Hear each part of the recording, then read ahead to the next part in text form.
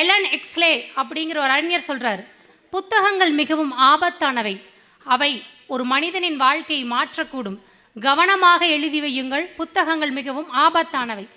சரி, சாமானியன் சாதனையாளன் ஆகணுமா? புத்தகங்களை வாசிக்கலாம். என் அடையாளம் என்னன்னு எனக்கு தெரியல, நான் தெரிஞ்சுக்கணுமா? புத்தகங்களை வாசிக்கலாம். என்னுடைய உயரத்தை நான் மேன்மேலும் வளர்த்து கொள்ள வேண்டும், இந்த சமுதாயத்தின் முன் நான் என்னை சிறந்த மனிதராக நிறுத்தி காட்ட வேண்டும், புத்தகங்களை வாசியுங்கள். நான் யார் என்பதை நானே உணர்ந்து கொள்ள வேண்டும், என்னுள் நானே பயணிக்க வேண்டும், புத்தகங்களை வாசியுங்கள். என் நண்பனாக, காதலியாக, உறவாக, என்னுடைய அனைத்துமாக ஒன்று எனக்கு வேண்டும், புத்தகங்களை வாசியுங்கள். சரி, புத்தகங்களை வாசிங்கன்னு பல வார்த்தை சொல்கிறீங்க, நீங்கள் என்ன புத்தகத்தை வாசிச்சிங்கன்னு உங்கள் மனசுக்குள்ளே ஒரு கேள்வி வரும். நான் வாசித்த புத்தகம், என்னுள் ஒரு தாக்கத்தை ஏற்படுத்திய புத்தகத்தை பற்றி உங்கள்கிட்ட சொல்கிறேன். சுதந்திர போராட்ட தியாகிகளில் நிறையா பேர் இருக்காங்க. நமக்கு தெரிஞ்ச காந்தியிலிருந்து பல பேர் சுதந்திர போராட்ட தியாகிகளாக இருக்காங்க. அதில் ஒரு சாதாரண மனிதராக இருந்து ஒரு மிகச்சிறந்த போராட்டசாலியாக மாறினவர் யாருன்னு கேட்டிங்கன்னா பகத்சிங். அவரை பற்றி உங்கள் எல்லாருக்குமே தெரிஞ்சிருக்கும். யார் அந்த பகத்சிங்? நம்மளை மாதிரியே பிறந்து நம்மளை மாதிரியே வளர்ந்து அப்பா அம்மாவோட இருந்து படிச்சுட்டு இருந்த ஒரு சாதாரண இளைஞர் தான் இந்த பகத்சிங். ஆனால் அவர் ஒரு கிளர்ச்சியாளராக மாறுறாரு. அவர் அரெஸ்ட் பண்ணிட்டாங்க. பகத்சிங், ராஜகுரு, சுக்தேவ் இந்த 3 பேரும் அரெஸ்ட் பண்ணி ஜெயிலில் போட்டாச்சு. அவருக்கு தூக்கு தண்டனை முடிவாயிடுச்சு. அவரை கொண்டே கோர்ட்டில் நிற்க வைக்கிறாங்க. நீங்கள் தண்டனைக்குரியவர், உங்களுக்கு தண்டனை கொடுக்க போகிறோம். அப்போது நீதிபதிகிட்ட பகத்சிங் சொன்னது, புரட்சி என்பது எங்களோடு தொடங்கியதும் அல்ல, எங்களோடு முடிவடைய போவதும் அல்ல. நாங்கள் போர்க்கைதிகள் என்றால் எங்களை சுட்டு கொள்ளுங்கள், தூக்கிலிடக்கூடாதுன்னு யார் சொல்கிறாங்க? பகத்சிங் சொல்கிறார். அன்னைக்கு இருமுனா, தும்முனா, நடந்தா, படுத்தா, பேசுனா, எங்கே திரும்பி பார்த்தாலும் குற்றம், உடனே சுட்டு கொண்டுருவாங்க. அன்னைக்கு நாடு அப்படி தான் இருந்தது, அடிமைப்படுத்தப்பட்ட நாடாக இருந்தது. அப்போ மிக தைரியமாக பகத்சிங் நீதிபதிகிட்ட தன்னோட ஸ்டேட்மெண்ட்டை கொடுக்குறாரு. சரி, சிறையில் அடைக்கப்பட்டாச்சு. வக்கீல் வர்றாரு பகத்சிங்கை பார்க்குறக்கு. 1931 மார்ச் 23 இதே மாதிரி ஒரு மாலை நேரம். இதை படிக்க மனசு ரொம்ப கனமாச்சு. கவனமாக கேளுங்க. ஒரு மாலை நேரம் வக்கீல் வர்றாரு, பகத்சிங்கிட்ட வந்து நிற்கிறாரு. பகத்சிங், எனக்கு ஜாமீன் கிடச்சிருச்சா? காந்திகிட்ட பேசுனீங்களா? நான் தொடங்கின இயக்கம் என்னாச்சு? சோசியலிஸ்ட் கட்சி என்னாச்சு? எதுவுமே கேட்கல. அவர் கேட்ட ஒரே ஒரு வார்த்தை, நான் கேட்ட புத்தகம் உங்களுக்கு கிடைத்ததா அப்படின்னு வக்கீலை பாட்டு கேட்டார். புத்தகம் கிடைத்தது. புத்தகத்தை கையில் வாங்கிட்டு வக்கீலை கிளம்ப சொல்லிட்டார். பகத்சிங் சிறைச்சாலைக்குள்ளே போயிட்டார். 14வது நம்பர் ரூம் அவரோட ரூம். அப்போ ஒரு போலீஸ் வர்றார். வந்து பகத்சிங்கிட்ட நீங்கள் என்ன பண்ணுறீங்க அப்படின்னு கேட்டார். நான் என்ன பண்ணுறேன், நான் ஒரு புரட்சியாளரோட உரையாடிட்டு இருக்கிறேன் அப்படின்னாரு. இந்த போலீஸுக்கு தூக்கி வாரி போட்டுருச்சு. புரட்சியாளரோட உரையாடுறாரா? யார் அந்த புரட்சியாளர்? யார் இவர் ரூமுக்குள்ளே இருக்கிறாங்க அப்படின்னு. உடனே இவர் போய் பல சிறைச்சாலையில் இருக்கிற அத்தனை வார்டன் எல்லாரையும் கூட்டிகிட்டு வந்துட்டார். ஒரு 100 பேரை திரட்டிட்டு வந்து 14ஆம் நம்பர் சிறை எண்ணுக்குள்ளே நிற்கிறாங்க எல்லாரும். பகத்சிங் ஒரு புரட்சியாளரோட பேசுகிறாரு. ஒரு விஷயம் யோசிச்சு பாருங்க. ஒரு தனி ஆள், அவர் இருக்கிறது ஒரு சிறைச்சாலை, ஒரு தனி ஆள். ஆனால் பகத்சிங்கே மிகப்பெரிய கிளர்ச்சியாளர். அன்னைக்கு எவ்வளோ பயந்துருப்பான் பாருங்க அந்த ஆங்கிலேயன். உடனே வந்து நிற்கிறாங்க. நின்னதும், நீங்கள் யாரோ ஒரு புரட்சியாளர்கிட்ட பேசிகிட்டு இருக்கிறீங்கன்னு எங்களுக்கு தகவல் வந்தது, யார் அந்த புரட்சியாளர் அப்படின்னு கதவை திறந்து கேட்குறாங்க. பகத்சிங் சொல்கிறார் மென்மையான குரலோட, நான் யார்கிட்டையும் பேசலை, நான் வந்து லெனினோட புரட்சிங்கிற புத்தகத்தை படிச்சிட்ருக்கேன் அப்படின்னு சொன்னார். பகத்சிங் படித்த கடைசி புத்தகம் அதுதான் லெனினின் புரட்சி. ஒரு நிமிஷம் யோசிச்சு பாருங்க. பகத்சிங் சாக போகிறார். சிறையில் அங்கே வந்த வார்டன் வந்து சொல்லிட்டு போயிட்டார், உங்களுக்கு தூக்கு உறுதியாயிருச்சு. 11 மணிக்கு தூக்குன்னு சொன்னாங்க. இன்னும் 11 மணி நேரம் இருக்குது. ஆனால் 6 மணி நேரம் முன்னாடி அவர் தூக்கில் போட போகிறாங்க. சாக போகிறான் அந்த மனுஷன். அந்த மனுஷனுக்கு எதுவுமே தேவையில்லையே, சுதந்திரத்துக்காக போராடியாச்சு, தியாகி ஆயாச்சு, சாக போகிறான். ஆனால் புத்தகம் படிக்கிறான். இந்த நேரத்தில் மனசை பக்குவப்படுத்தி அறிவை வளர்த்து இந்த நாட்டை திருத்த ஒரு பயனும் இல்லை. கடைசி நொடியை எண்ணிட்டு இருக்கக்கூடிய பகத்சிங் அந்த புத்தகத்தை படித்து முடிச்சுட்டு தான் நான் தூக்கு மேடைக்கு வருவேன்னு சொல்லி அனுப்புகிறான். சரி, தூக்கு மேடை முடிவாயிடுச்சு. பகத்சிங் கடைசியாக ஒரு கடிதம் எழுதுகிறார். இந்த மனிதனுடைய வாழ்க்கையில் ஒரு மனிதனுக்கும் புரட்சி அப்படிங்கிறது பிறப்புரிமை, சுதந்திரம் அப்படிங்கிறது தனி மனித உரிமை. இந்த சுதந்திர போராட்டத்திற்காக நாம் செய்யும் எந்த ஒரு தியாகமும் அதற்கு முன் பெரிதல்ல. கண்ணுங்களா கவனிங்க. பகத்சிங்கோட கோட் என்னோட மனசை ரொம்ப ரொம்ப ரொம்ப ரொம்ப பாதிச்ச ஒரு வரி. சுதந்திர போராட்டத்தின் தியாகத்திற்கு முன் எந்த ஒரு விஷயமே எனக்கு பெருசு இல்லை. பகத்சிங்கோட வரி. இன்னைக்கு நம்ம அம்மா, அப்பா, நண்பன், காதலன், காதலி, கணவன், மனைவி, குழந்தை, இந்த சமுதாயம், நம்ம கூட இருக்கிற பயணிக்கிற எல்லாருக்காகவும் ஏதோ ஒன்று ஒரு எதிர்பார்ப்புக்காக தான் நம்ம செய்கிறோம். அம்மாவா இல்லையா? ஏதோ ஒரு எதிர்பார்ப்பு நம்மக்கிட்ட இருக்கா இல்லையா? அது எதுவாக வேணாலும் இருக்கலாம். சின்ன விஷயத்துலேருந்து பெரிய விஷயம் வரைக்கும் நம்மக்கிட்ட எதிர்பார்ப்பு இருக்குது, அந்த அன்பு இருக்குது. அது இருக்கிறதுனால தான் நம்ம உறவுகளை மெயின்டைன் பண்ணி கொண்டு போயிட்டு இருக்கோம். ஆனால் அன்னைக்கு பகத்சிங்க்கு என்ன எதிர்பார்ப்பு இருக்க முடியும்? ஒன்றும் இல்லை. கடைசி நிமிடத்தில் பகத்சிங் தன்னுடைய கட்டுரையில் இப்படி எழுதி வச்சுட்டு போகிறார், எந்த தியாகமும் இதற்கு முன்னால் பெரிதல்ல, இந்த சுதந்திர போராட்டம் என்னோடு முடிவடைய போவதும் அப்படி அல்ல அப்படின்னு சொல்லிட்டு எழுதிட்டு பகத்சிங் அவரை தூக்கல் மேடையில் கூட்டிகிட்டு போய் நிறுத்திட்டாங்க. கடைசி நிமிஷம் வரைக்கும் ஒரு மனுஷன் எதுக்குங்க புத்தகம் படிக்கணும்? நமக்கு எக்ஸாம் அன்னைக்கு புத்தகம் படிக்கிறனாவே ரொம்ப கஷ்டமாக இருக்குது. உண்மைதான். நிதர்சனம் என்னவோ அதுதான் நம்ம பேசணும், யதார்த்தம் என்னவோ அதுதான் வாழ்க்கை. சும்மா 5 நிமிஷம் 10 நிமிஷம் பேசுகிறங்கிறக்காக நம்ம பேச முடியாதுல்ல. ஆனால் படிக்கிறாங்க. அதை தான் சொன்னேன், புத்தகங்கள் மிகவும் ஆபத்தானவைன்னு எல்என்எஸ்கே சொன்னதை ஃபஸ்ட்டே நான் உங்களுக்கு கோட் பண்ணது காரணம், ஏன் பகத்சிங் மாறினார்? பகத்சிங்கை நம்மளை மாதிரி ஒருத்தராக உள்ளுக்குள்ளே இருந்தவர் தான் பகத்சிங். எப்படி மாறினார்?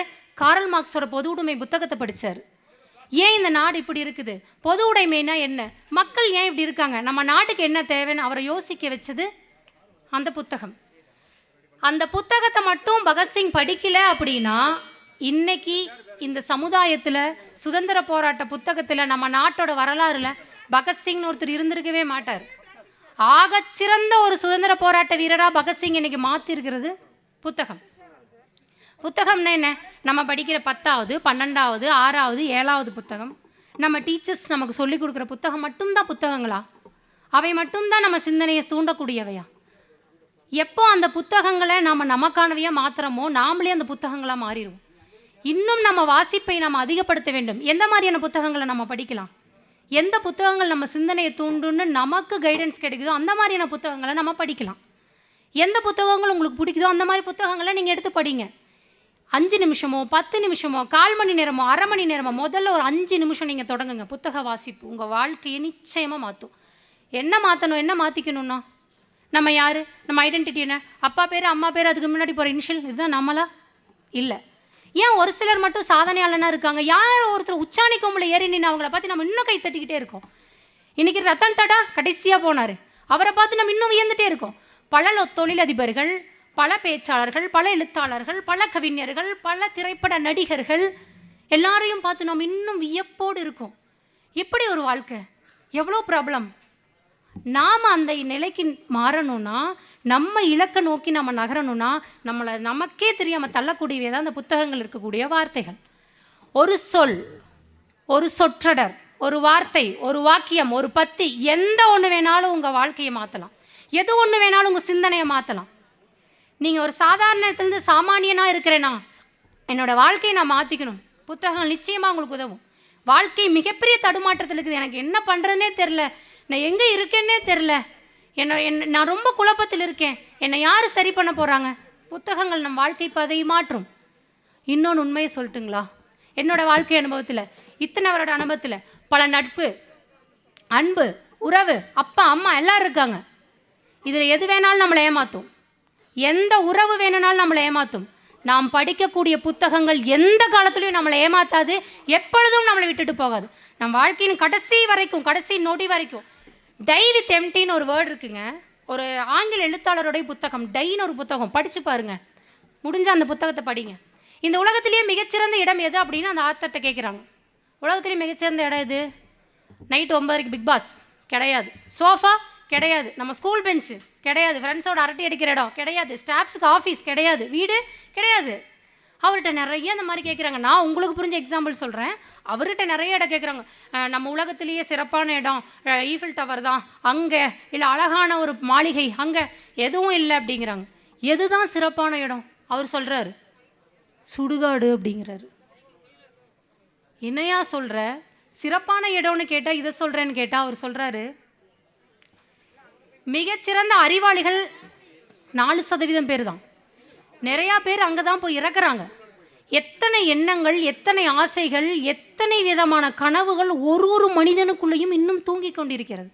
தன்னோட வாழ்க்கையில் தான் நினைச்ச இலக்கை அடைய முடியாமலே இந்த இடத்தை விட்டு போனவங்க எத்தனை பேர் இருக்காங்க. அப்படிப்பட்டவர்கள் இருக்கக்கூடிய அந்த இடம்தான் சிறப்பான இடம். அதான் டை வித் எம்டி அப்படின்னு அவர் சொல்கிறார். அதனால் இந்த புத்தக வாசிப்பு நம்மை மேம்படுத்தும், நம் நிலையை மாற்றும்.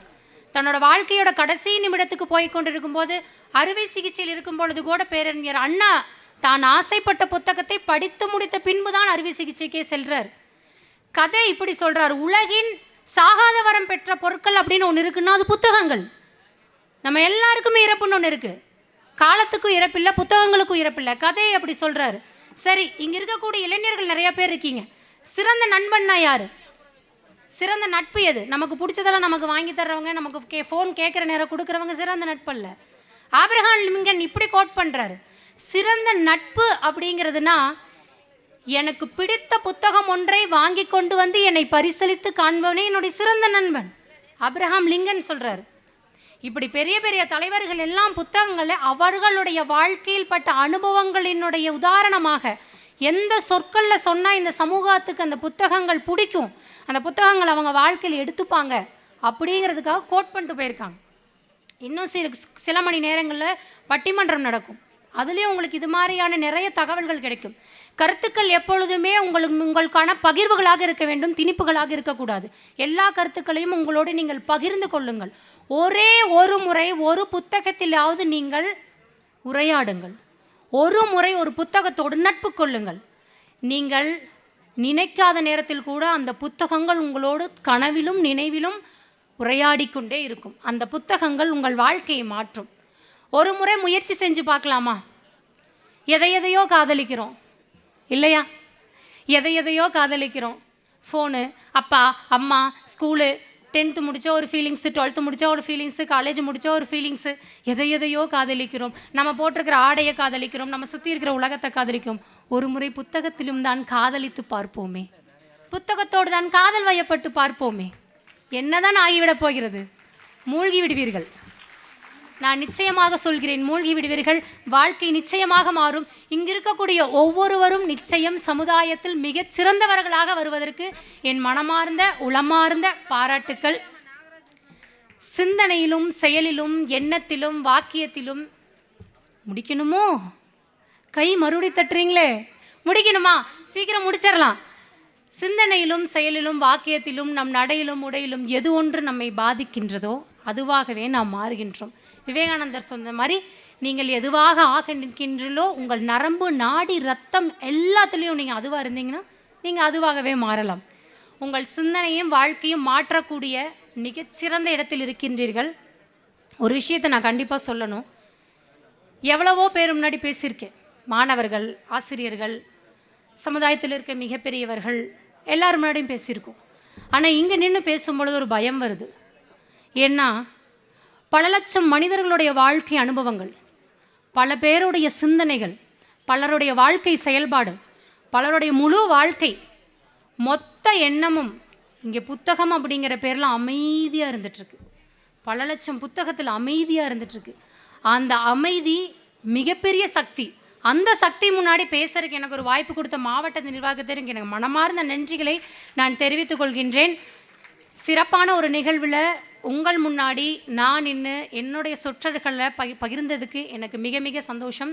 சிறப்பான ஒரு நிகழ்வு. அனைவரும் இதை அனுபவிக்குமாறு உங்களை கேட்டுக்கொண்டு, எனையீன்ற தந்தைக்கும் தாய்க்கும் மக்கள் இனமேன்ற தமிழ்நாடு தனக்கும் என்னால் திணையளவு நலமேனும் பயிர்க்கும்படி மேடையேலி சொற்பொழிவு செய்யும் ஒவ்வொரு நாளும் எனக்கு திருநாளாகும் என்று கூறி வாய்ப்புக்கு நன்றி பாராட்டி விடைபெறுகின்றேன். நன்றி, வணக்கம்.